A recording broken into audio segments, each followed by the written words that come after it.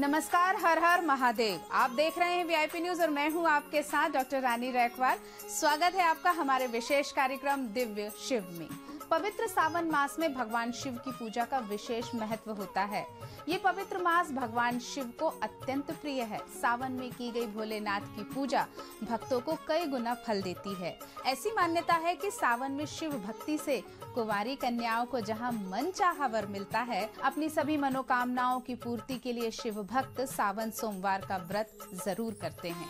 साथ ही सावन में शिव पूजा से ग्रह दोष से भी मुक्ति मिलती है, सुख शांति और समृद्धि बढ़ती है, असाध्य रोगों से छुटकारा मिलता है। तो वहीं ज्ञानी ध्यानी अपनी आध्यात्मिक ऊर्जा को और परिपूर्ण करते हैं और भोले बाबा का आशीर्वाद प्राप्त करते हैं।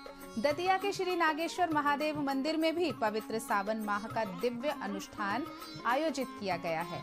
तो आइए हम भी मिलकर दतिया चलते हैं दिव्य अनुष्ठान में और करते हैं अलौकिक दर्शन श्री घुश्मेश्वर ज्योतिर्लिंग की। बुंदेलखंड की पावन धरा पर शिव भक्ति का उत्सव, सहस्त्रों शिव भक्तों की सहभागिता, रुद्राभिषेक की दिव्य धारा। बुंदेलखंड की पावन धरा अपने शौर्य और पराक्रम के लिए इतिहास में एक खास मुकाम रखती है। तो वहीं बात दतिया की जाए तो यहाँ के धर्म परायण रहवासी हमेशा धर्म काज में आगे रहते हैं।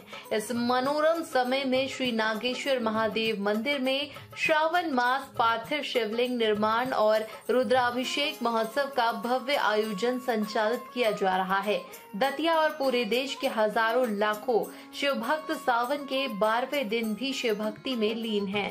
श्री घुश्मेश्वर ज्योतिर्लिंग का पार्थिव शिवलिंग निर्माण कर और साथ ही प्रथम पूज्य श्री गजानन महाराज, माता पार्वती, श्री कीर्ति मुख जी और श्री नंदी जी महाराज की मनोहारी प्रतिकृति का निर्माण कर सनातनी वैदिक परंपरा सहित मंत्रोच्चारों से रुद्राभिषेक किया गया। दतिया के यजमान शिव कुमार सोनी ने स्वप्निक परिवार सहित शिव अनुष्ठान कर आशीर्वाद प्राप्त किया।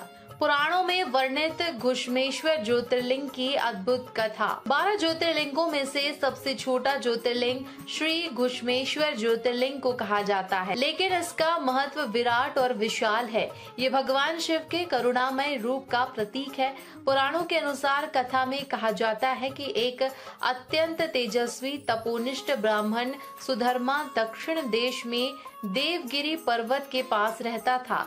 सुधर्मा नामक ब्राह्मण और उसकी पत्नी सुदेहा की कोई संतान नहीं थी। सुदेहा की जिद पर सुधर्मा ने उसकी छोटी बहन घुश्मा से विवाह किया। घुश्मा शिव भक्त थी जो रोज 101 पार्थिव शिवलिंग बनाकर पूजन करती थी। शिव की कृपा से उसे पुत्र हुआ।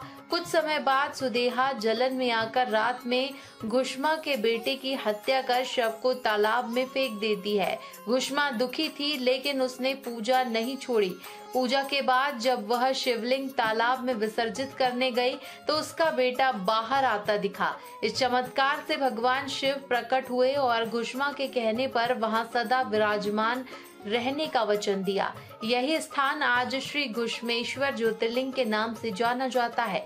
ये ज्योतिर्लिंग महाराष्ट्र के औरंगाबाद जिले में एलोरा गुफाओं के पास वेरुल गांव में स्थित है। मंदिर के एक स्तंभ पर हाथी और नंदी की नक्काशीदार मूर्ति बनी हुई है, जिसे हरिहर मिलन यानी भेंट का प्रतीक माना जाता है। श्री घुश्मेश्वर ज्योतिर्लिंग के दर्शन से संतान सुख की कामना पूरी होती है और ये भक्तों के लिए आध्यात्मिक रूप से महत्वपूर्ण है। इलापुरे रम्य विशाल केस्मिन् समुल्ल संतम च जगद्वरेण्यम वंदे महोदार्तर स्वभावम घृष्णेश्वराख्यम शरणम प्रभगे। इस श्लोक का अर्थ है, मैं इलापुर के सुंदर और विशाल मंदिर में स्थित संसार में पूजनीय महान उदार स्वभाव वाले घृष्णेश्वर नाम से प्रसिद्ध भगवान शिव की शरण में जाता हूँ। सावन का महीना भगवान शिव की विशेष आराधना का समय माना जाता है। पौराणिक मान्यताओं के अनुसार इस मास में शिव जी साक्षात धरती पर विराजमान होते हैं। श्रद्धालु बेलपत्र, धतूरा, शमी पत्र और सफेद पुष्प अर्पित कर रुद्राभिषेक करते हैं। ओम नमः शिवाय और महामृत्युंजय मंत्र का जाप कर भक्त शिव की कृपा प्राप्त करते हैं। ये मास न केवल भक्ति के लिए साधना का प्रतीक है, बल्कि बल्कि पर्यावरण संरक्षण और सात्विक जीवन शैली का संदेश भी हम सबको देता है।